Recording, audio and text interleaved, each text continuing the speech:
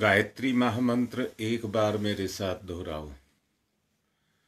ओम भूर्भुवः स्वः तस्सवितुर्वरेण्यं भर्गो देवस्य धीमहि धियो यो नः प्रचोदयात्। आत्मसमर्पण के बारे में कल आपको बताने के लिए कहा था।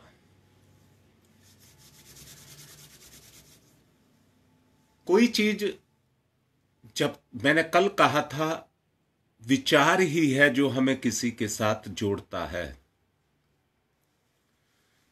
दूसरा, विचार ही विचार में प्रवेश करता है और विचार की पूर्ति विचार ही करता है।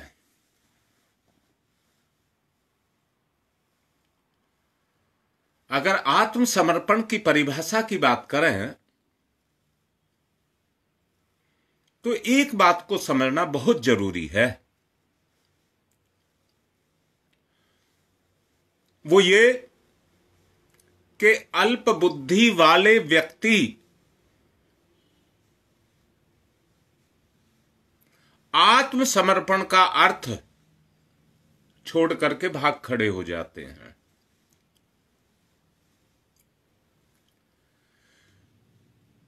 उनका कहना है कि अब उन्हें कर्म करने से कोई उद्देश्य उनका नहीं है।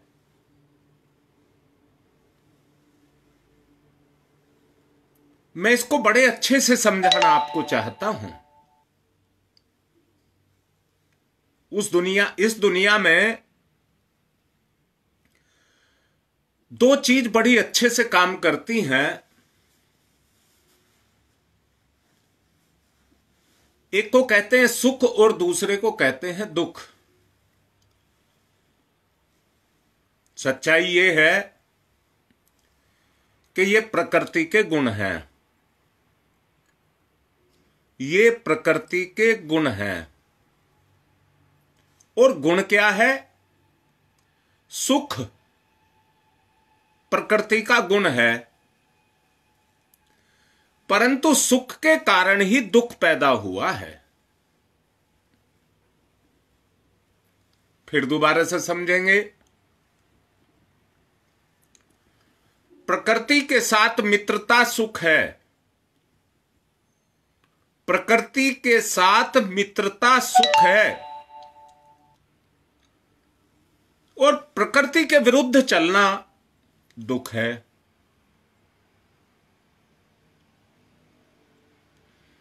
प्रकृति का ही एक गुण है, उसको कहते हैं करुणा।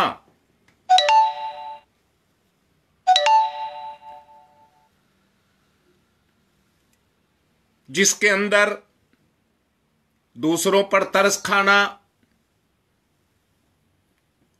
और उस तरस के कारण उनकी सेवा करना, उनके दुख मिटाना, ये प्राकृतिक गुण है।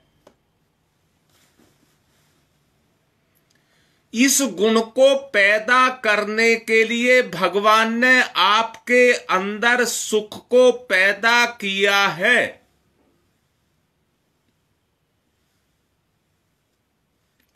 दुनिया में एक भी जीव ऐसा नहीं है जो सुख ना चाहता हो। एक भी जीव ऐसा नहीं है जो सुख को अनुभव ना करता हो। और अनुभव करने के कारण ही वो सुख को चाहता है।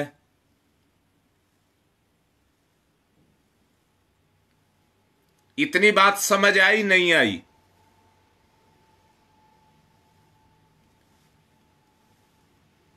अगर सुख आपको चाहिए तो प्रकृति के साथ आपको मित्रता करनी पड़ेगी। और उस मित्रता को करने के लिए आपको अपने अंदर संकल्प को जगाना होगा। अपनी प्रकृति में संकल्प को जगाना होगा। जिस संकल्प को आप जगाना चाहते हैं वो संकल्प आपके अंदर विवेक बुद्धि से जगेगा। अगर विवेक आपके अंदर जग गया तो आपको किसी की खुशामद करने की आवश्यकता नहीं है। फिर तो ये जीव अपने आप ही प्रकृति के बनाए गए रास्ते के अनुसार अपने आप चलेगा। प्रकृति ने सुख इसलिए बनाया है कि प्रकृति सुख के माध्यम से इस जीव का उद्धार करना चाहती है। प्रकृति सुख के माध्यम से इस जीव का उद्धार करना चाहती है।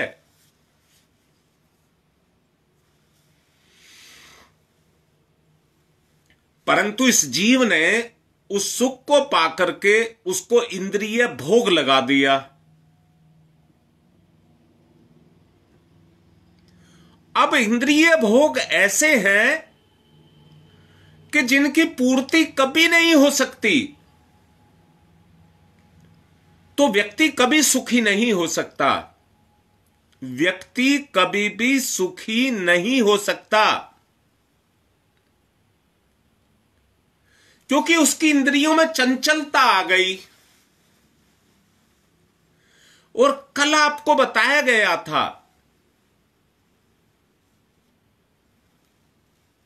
धन के बारे में। सबसे बड़ा धन शांति है। दूसरा धन अपने रिश्ते का सम्मान और प्रेम है। तीसरा अच्छा स्वास्थ्य है। ये कल 3 बात कही गई थी। अब तुम फिर से देखो,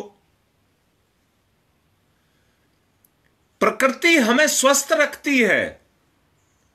प्रकृति हमारी मां है जो हमारे शरीर में किसी भी तरह का विकार नहीं होने पैदा देना चाहती। मां के तरीके से हमारे ऊपर काम करती है।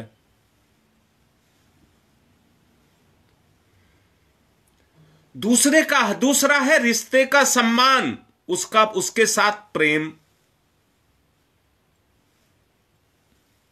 ऐसा ना हो तो दुनिया स्वार्थों में बिखर जाएगी। जो अपने रिश्ते से प्यार करता है और उसका सम्मान करता है ईमानदारी से, दिखावे में नहीं, ईमानदारी से, वो उसके लिए हर दुख उठाने के लिए तैयार रहता है। हर दुख उठाने के लिए तैयार रहता है और अपने रिश्ते की सेवा करता है सम्मान के कारण। अब बताइए, अगर व्यक्ति ऐसा करता है तो दुनिया में कोई दुखी रह जाएगा क्या? अगर व्यक्ति अपने रिश्ते से प्यार करे और उसका सम्मान करे तो इस प्रेम और सम्मान के कारण दुनिया में कोई भी दुखी और अशांत नहीं रह जाएगा।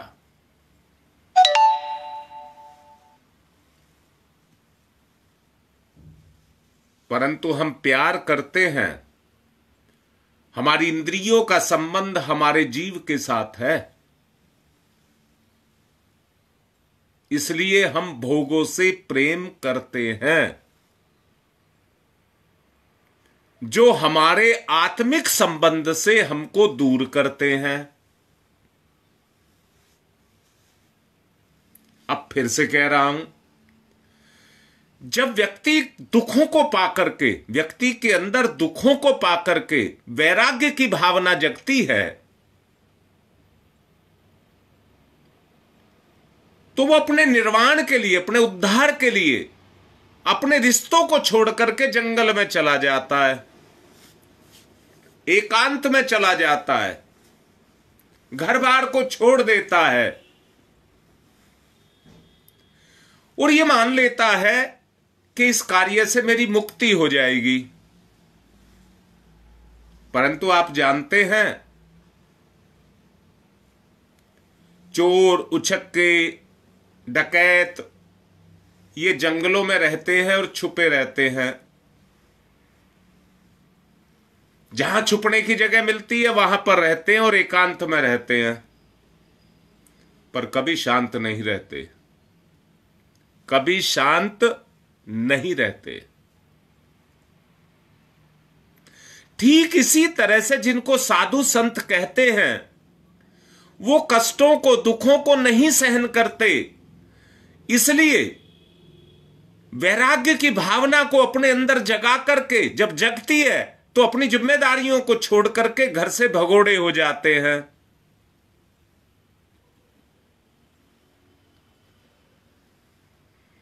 बेटा, सुख को पा करके दुख जगता है, वैराग्य नहीं जगता। वैराग्य नहीं जगता। अभी बताऊंगा, साफ करूंगा,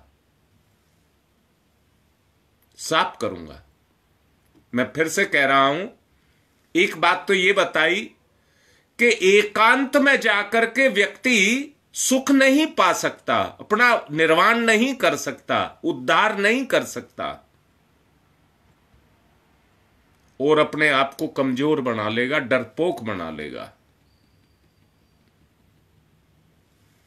मैं फिर से कह रहा हूं, सत्य के मार्ग पर चल करके योगी वो होता है जिसको भय नहीं लगता है।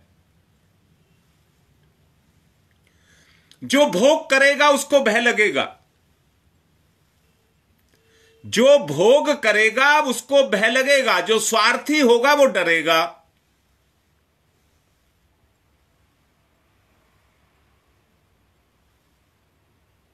जो त्याग करेगा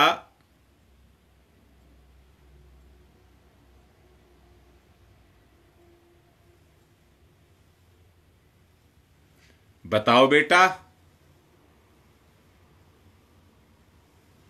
तुम कह रहे हो सबके साथ ऐसा नहीं है, तो बताओ। मैं फिर से कह रहा हूं बेटा, जो स्वार्थ रखेगा वो डरेगा कि नहीं डरेगा? जो सत्य के मार्ग पर चलेगा उसे कभी डर नहीं लगेगा, निर्भय रहेगा। और सत्य का मार्ग प्रकृति का मार्ग है, प्राकृतिक मार्ग है। जो प्रकृति के रास्ते को अपनाएगा,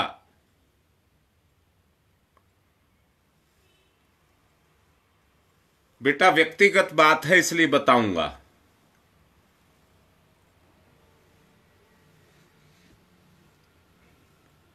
आप व्यक्तिगत रूप से पूछ लेना, बताऊंगा। दोबारा से कह रहा हूं, वैराग्य की भावना को जगाने का अर्थ है अपने रिश्ते से प्रेम को जगाना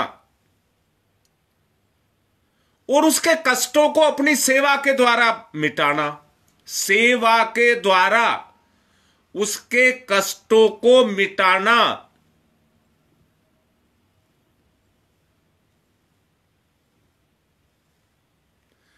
हां बेटा, उसको मोह कहते हैं। हम स्वार्थ से अपने रिश्तों की पूर्ति तो करते हैं, पर आज आदमी सच बताओ बेटा, क्यों रिश्वत ले रहा है, क्यों किसी का बुरा कर रहा है, क्यों किसी का ऐसा कर रहा है? अपने बच्चों को सुख देने के लिए, परंतु नहीं जानता वो अपने बच्चों को उतना ही कमजोर कर रहा है। जितना सुख दे रहा है उतना ही अपने बच्चों को कमजोर कर रहा है।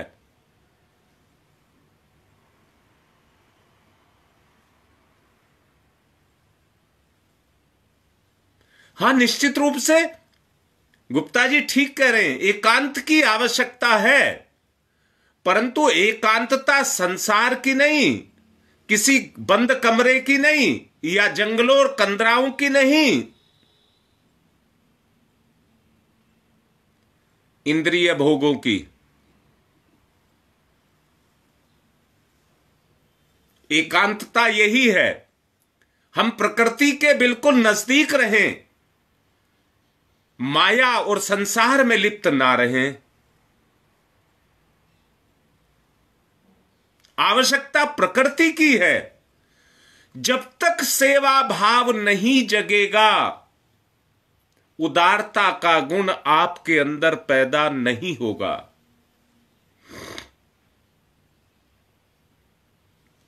उदारता ही है जिसके कारण प्रकृति मित्रवत हो जाती है।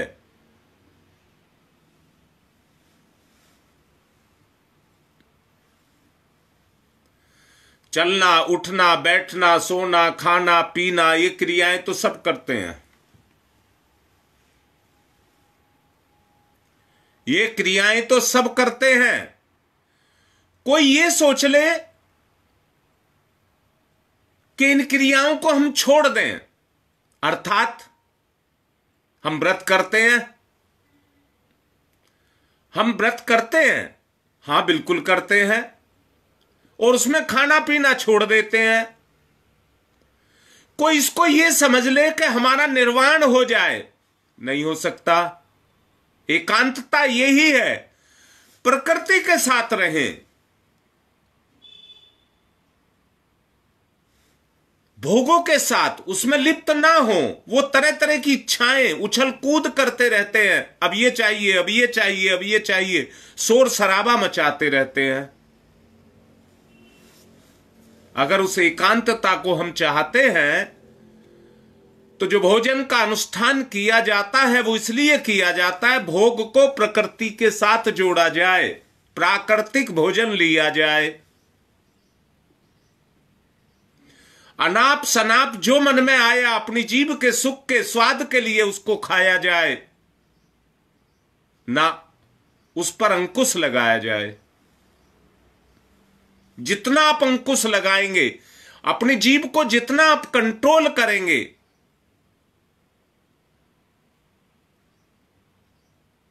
उतनी ही एकांतता का लाभ आपको, प्रकृति के सानिध्य का लाभ आपको उतना ही मिलेगा। पूर्णतया हर क्षेत्र में हमें प्रकृति के साथ अपने आप को जोड़ना होगा। मैंने कहा खाना पीना, चलना, सोना, उठना, बैठना, ये क्रिया तो सभी करते हैं, और इसको करके आदमी, इसको छोड़ करके आदमी अगर ये सोच ले, या घर को छोड़ करके ये सोच ले कि मैंने वैराग्य धारण कर लिया है, नहीं चलेगा। अपनी इच्छाओं का समन करना पड़ेगा। इच्छाएं पापपूर्ण भी हैं, भोगवादी भी हैं, और ईश्वर निष्ठा के विपरीत भी हो सकती हैं।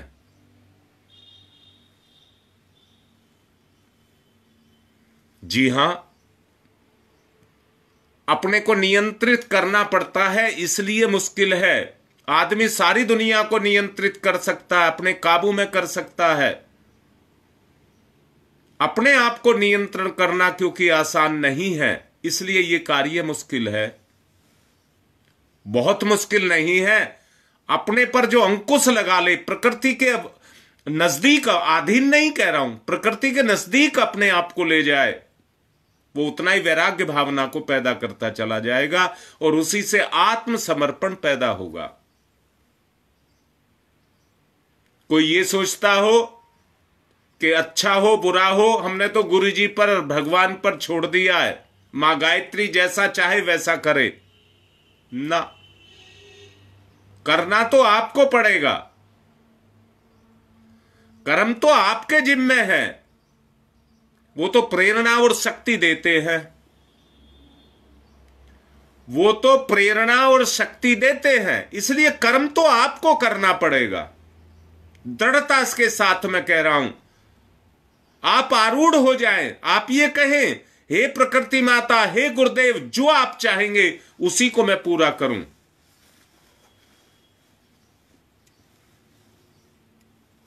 अब मैं समझता हूं, आत्मसमर्पण के बारे में आपको बताने का प्रयास किया है। इसके बाद वैराग्य की भावना जगेगी। विरक्ति की भावना जगेगी। मैंने अभी कहा था विचार ही विचार के साथ जुड़ता है।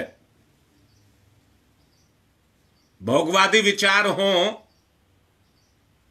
तो दो व्यक्ति आपस में तुरंत जुड़ जाते हैं, भोग के कारण, लोभ के कारण, काम के कारण। ये चीजें ऐसी वृत्तियां हैं जो एक दूसरे को एक दूसरे के साथ जोड़ लेती है। विचारों में यदि पाप हो तो तुम्हारा भला कौन करेगा?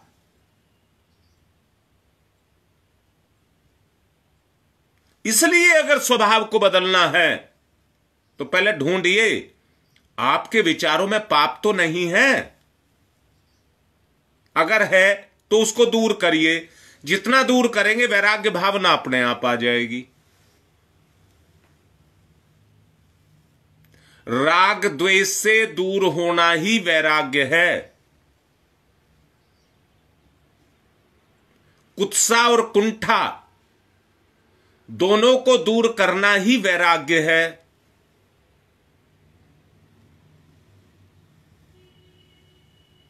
ईश्वर निष्ठा से विपरीत आचरण है, उसे आत्मसमर्पण की कोटि में कैसे लाया जा सकता है? आत्मसमर्पण का जो अर्थ है गृह त्याग या कर्म से संन्यास लेना नहीं, उसका संबंध मनुष्य की आंतरिक स्थिति से है।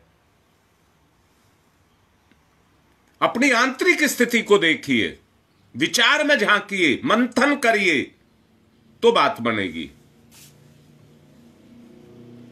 तो ही बात बनेगी, नहीं तो नहीं बनेगी। अब मैं ये कहूंगा समय बढ़ चुका है, आप ध्यान की तरफ चलें।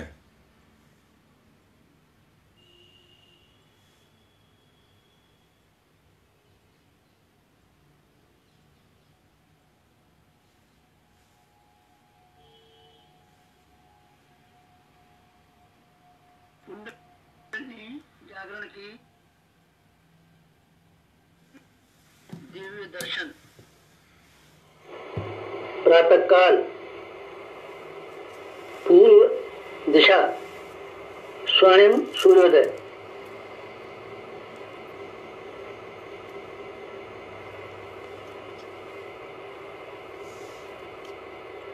स्वर्णिम सूर्य सविता, गायत्री का प्राण सविता।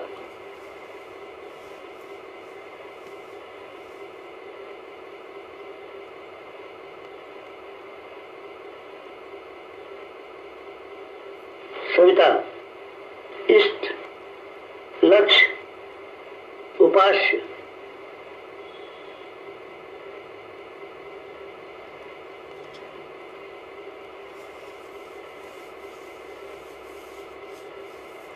सविता प्रकाश, ज्ञान, प्रज्ञा।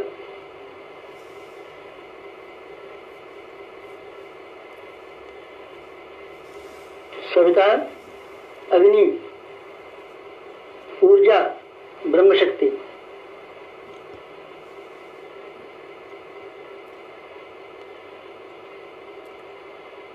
सविता ब्रह्म, सविता वर्चस्व, ब्रह्म वर्चस्व सविता।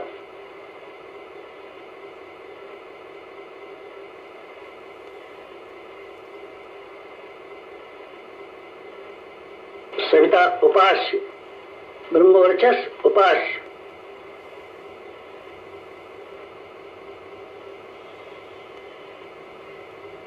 एकत्व, अद्वैत। साधक का सविता को समर्पण।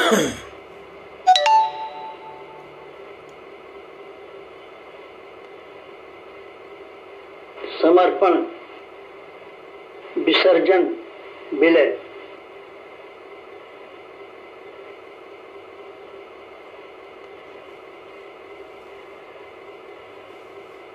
साधक सविता एक, भक्त भगवान एक। एकत्व, अद्वैत।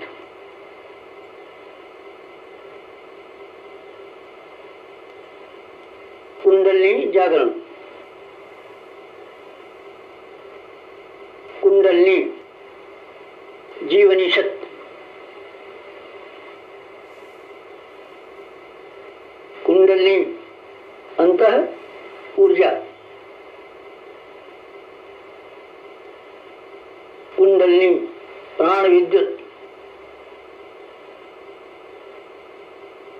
कुंडलिनी योगाग्नि।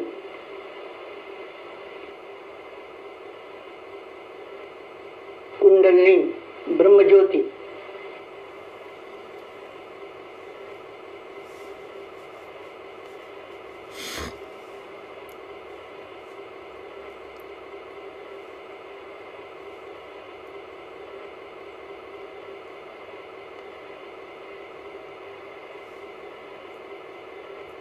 सविता शक्ति का कुंडलिनी क्षेत्र में प्रवेश, मूलाधार क्षेत्र में प्रवेश सविता का।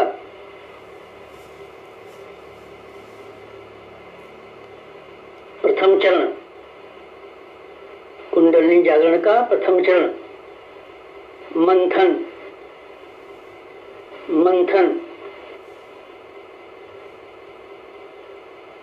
सविता सहयोग से शक्ति क्षेत्र का मंथन।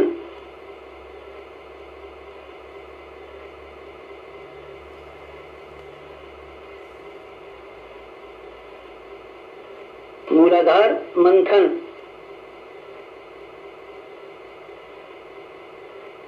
समुद्र मंथन। जीवन मंथन। प्राण मंथन। अग्नि मंथन। मंथन मंथन मंथन।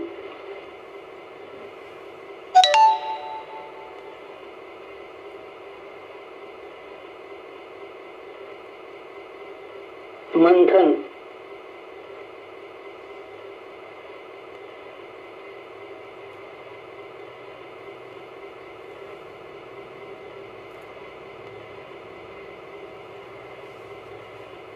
मंथन से अंतः ऊर्जा का संवर्धन।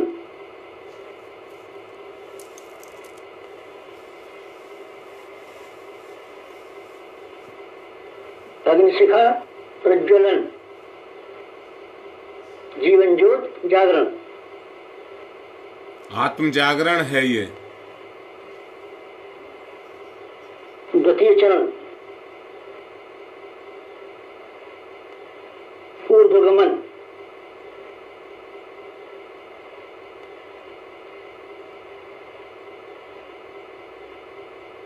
ऊर्ध्वगमन सविता सहयोग से जागृत शक्ति का ऊर्ध्वगमन।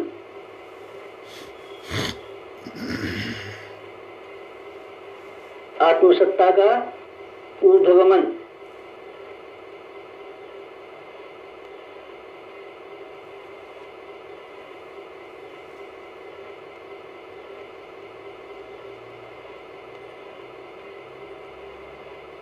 कुंडलिनी का ऊर्ध्वगमन।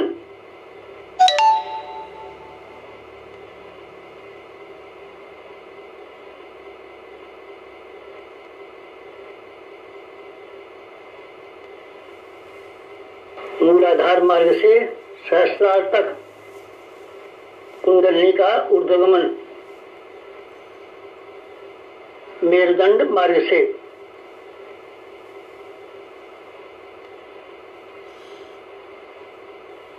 आत्मसत्ता का ऊर्ध्वगमन। भूलोक से ब्रह्मलोक तक देवयान मार्ग।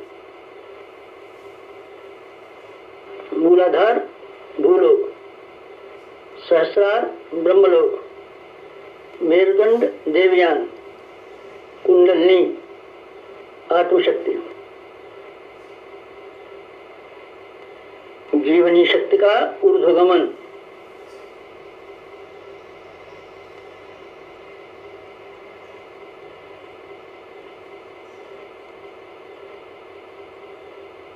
कल्याण, उत्कर्ष, अभ्युदय।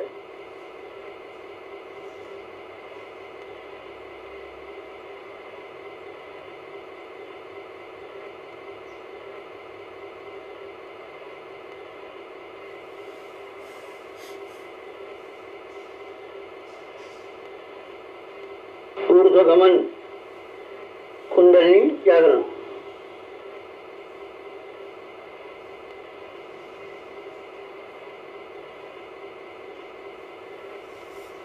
तृतीय चरण, वेधन, शोधन, जागरण।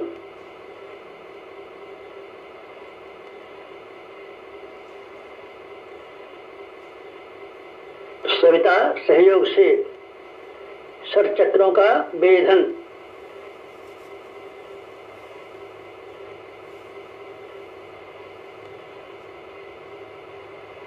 मेरुदंड मार्ग के षट चक्रों का वेधन।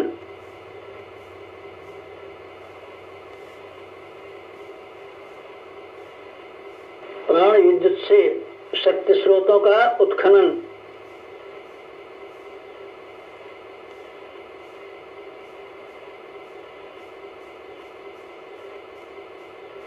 चक्रवेद, शब्दवेद, लक्ष्यवेद।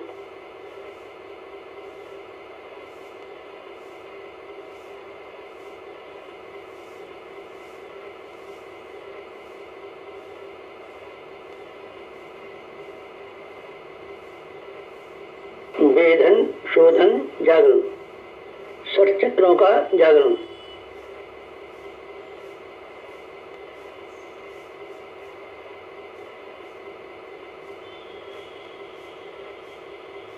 मूलाधार चक्र जागरण।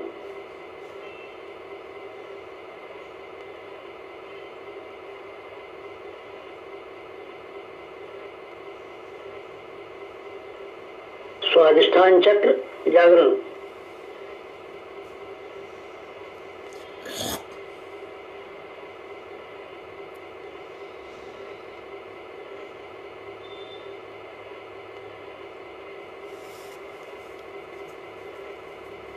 मणिपुर चक्र जागरण।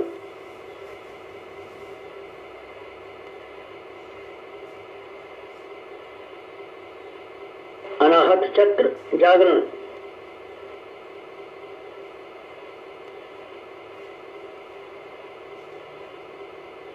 विशुद्ध चक्र जागरण।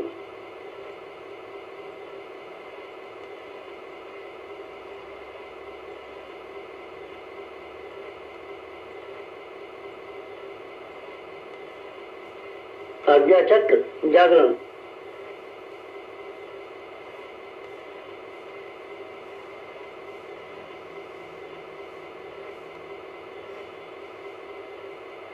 षट चक्र जागरण। कुंडलिनी जागरण।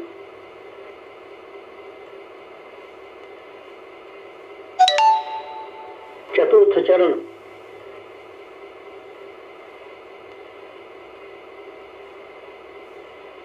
विस्तरण।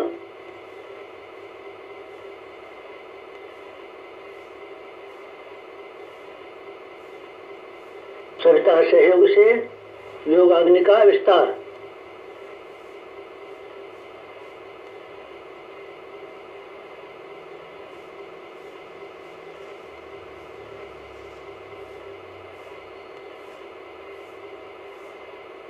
मूलाधार का आत्मसत्ता में विस्तार।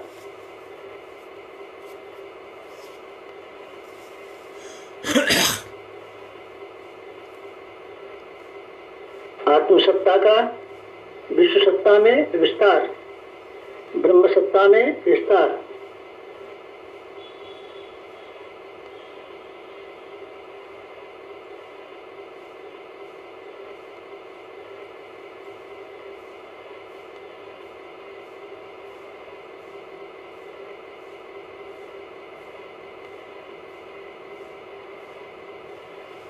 चिंगारी का दावानल में विस्तार।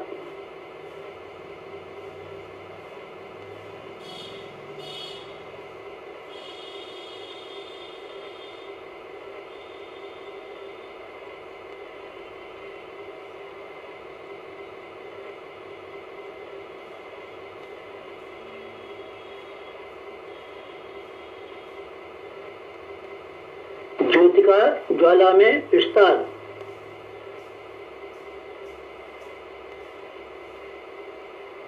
मूलाधार का आत्मसत्ता में, आत्मसत्ता का विश्व सत्ता में, ब्रह्म सत्ता में,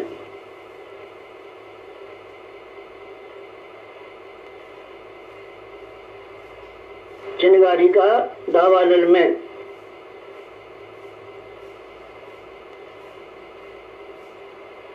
ज्योति का ज्वाला में विस्तार, विस्तरण, जागरण, कुंडलिनी जागरण।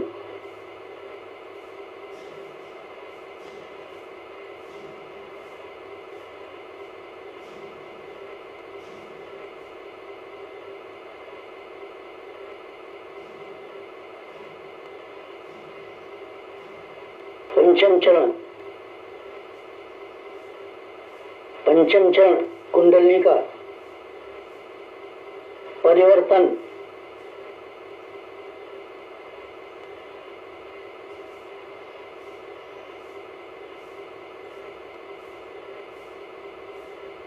मूलाधार का सहस्रार में परिवर्तन,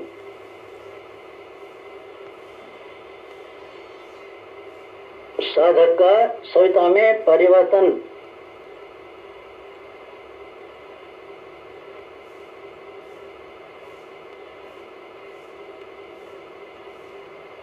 आत्म ज्योति का ब्रह्म ज्योति में परिवर्तन,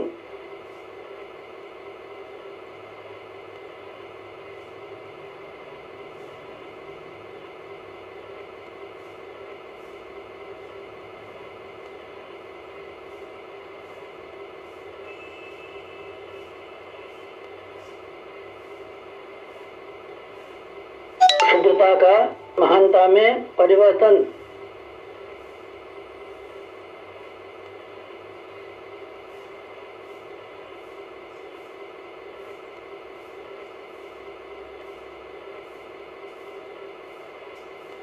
कामना का भावना में परिवर्तन,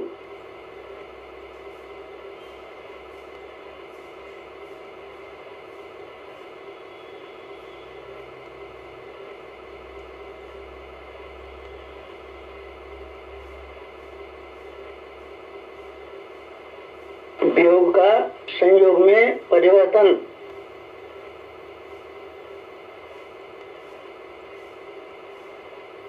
नर का नारायण में परिवर्तन,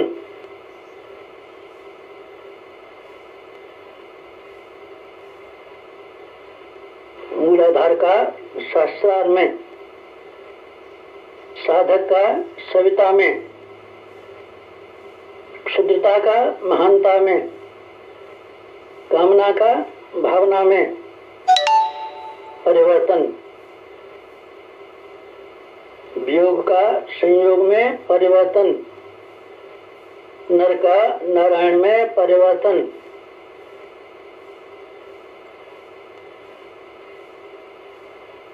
परिवर्तन, संवर्धन, जागरण, कुंडलिनी जागरण।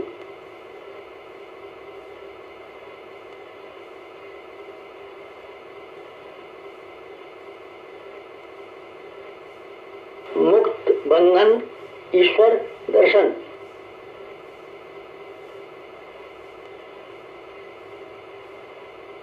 कुंडलिनी जागरण, जीवनी शक्ति जागरण, अंत ऊर्जा जागरण,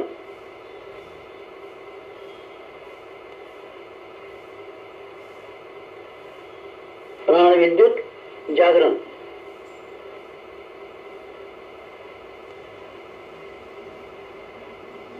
योगाग्नि जागरण, ब्रह्मज्योति जागरण,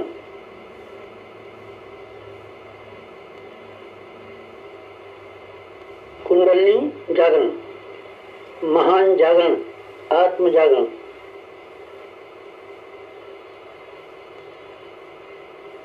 ओम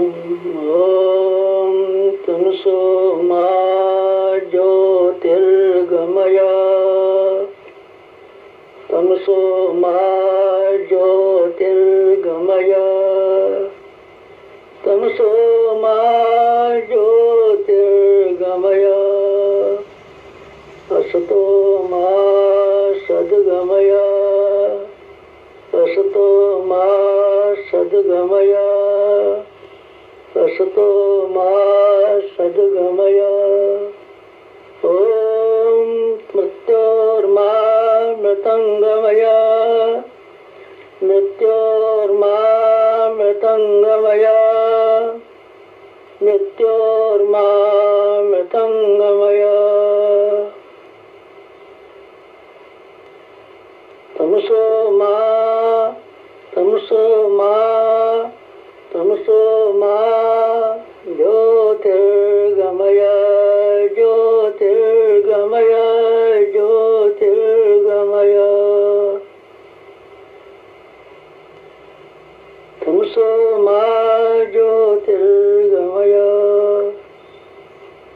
पंचोंकार पंच कुंडली जागरण के 5 चरण पंचोंकार।